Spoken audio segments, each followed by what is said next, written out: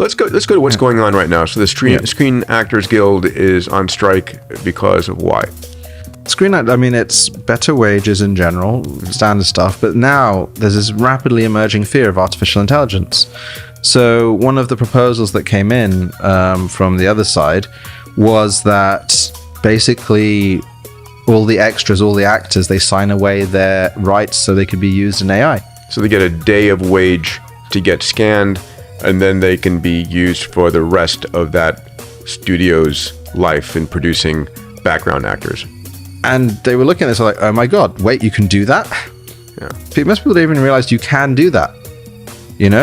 Script writers are saying no AI generated scripts, which again is a bit weird when they're all using Grammarly and things like that, which was AI. How are you ever going to tell? Yeah, where do you draw the line?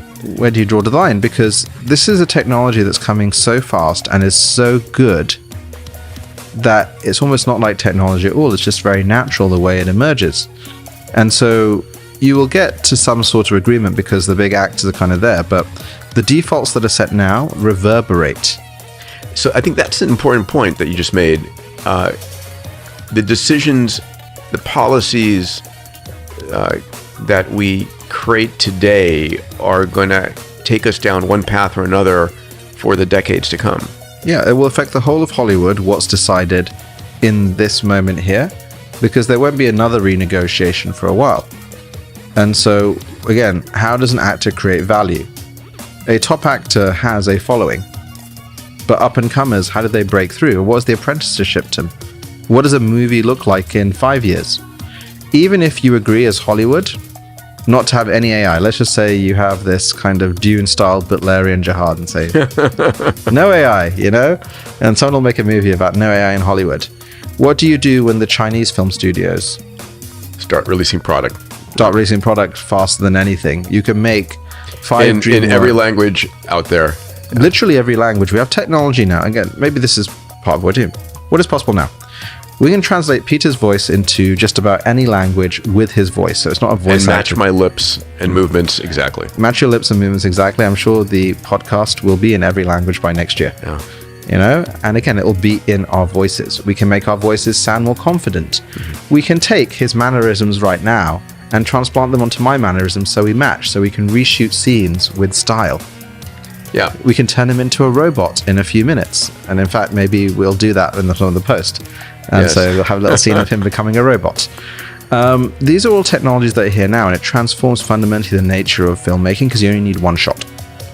But don't the film actors who are, standing up for their rights to not have them basically demonetized and digitized, the other option is for Hollywood to just create complete artificial characters that they fully own. Yeah, and you've seen this already with some of the kind of vloggers and, others that have emerged out of Asia in particular, fully AI-generated characters. Yeah. And you can have entire mythoses around them, and you can say, make it the most attractive Italian guy I've ever seen that's broody and this and that. How are you going to tell it from a human? Yeah. I mean, these characters can be completely new. And it's far more profitable for the studio to use that digital actor. So there is a disruption coming at every level. Because the research to revenue pipeline has become so tight, and it sets off a race condition whereby you could only produce 2 movies a year, suddenly you can produce 20.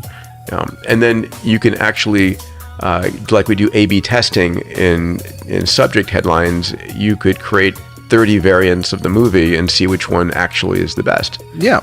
And I mean, again, you can say, make that speech raw and more emotional. It will adjust the voice to make it raw and more emotional, right?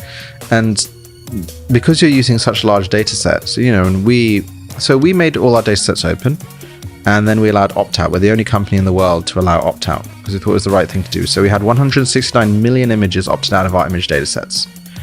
For music, because it's different copyright laws, we have one of the first commercially licensed music models coming out. So respect for that. But if I'm an artist and I go to the Louvre to be inspired and then go back and paint, and I've been inspired by Da Vinci, and I start painting in a style like Da Vinci, where's the difference there? Where's the difference? And this is the reality. Even though we've done that, by next year, probably by the end of the year, you will have models that have zero scraped data or human art. They will all be synthetic. Yeah. And you'll be able to bring your art to it. So there's something Google just released called Style Drop. There's hyper networks, so Hyper Dream Booth. You can take one picture of yourself and the entire model trains to be able to put you into anything, even if you're not in the model. It used to take minutes, hours. Now it's just one picture. You know? Similarly, you can bring any style and it will just mimic and imitate that style. And so all of a sudden, the models themselves, it doesn't matter what they're trained on because there's no human endeavor in those models.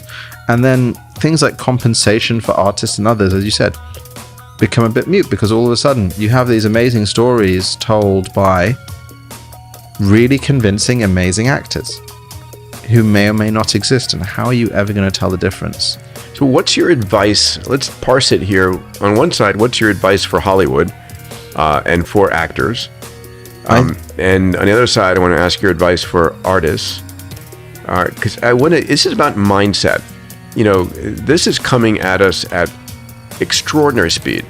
There's no stopping it, right? There's no slowing it down. And so you've got to deal with reality. You got to deal with reality. Again, it's inevitable. Even if, again, Hollywood says no AI, the AI is coming from around the world. So what do? You think, oh, well, my audience suddenly became the whole world. Yeah. That's a big deal. You're like, what am I actually known for? Is my acting skills? Well, I will still get these things. You're an up-and-coming actor. You say, I need to build community. I need to kind of show off something more than that. Because again, my acting skills in some areas can be transplanted, but what about real life shows? You know, what about these things?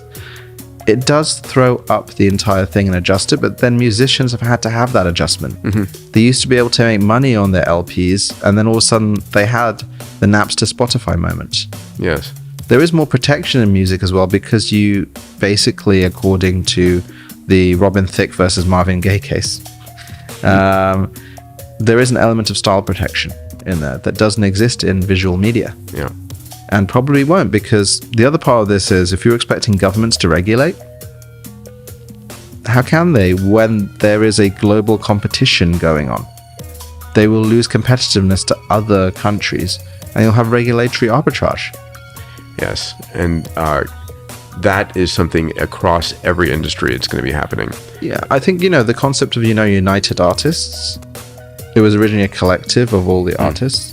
That makes a lot of sense now.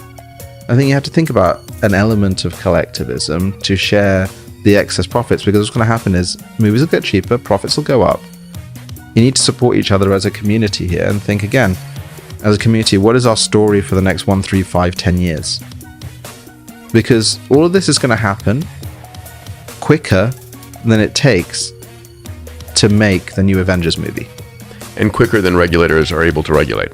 And again, the regulators almost certainly won't regulate because they will start falling behind their competitor countries. I mean, if we look at the internet itself, the media industry never expected the internet to have the disruptive impact it had.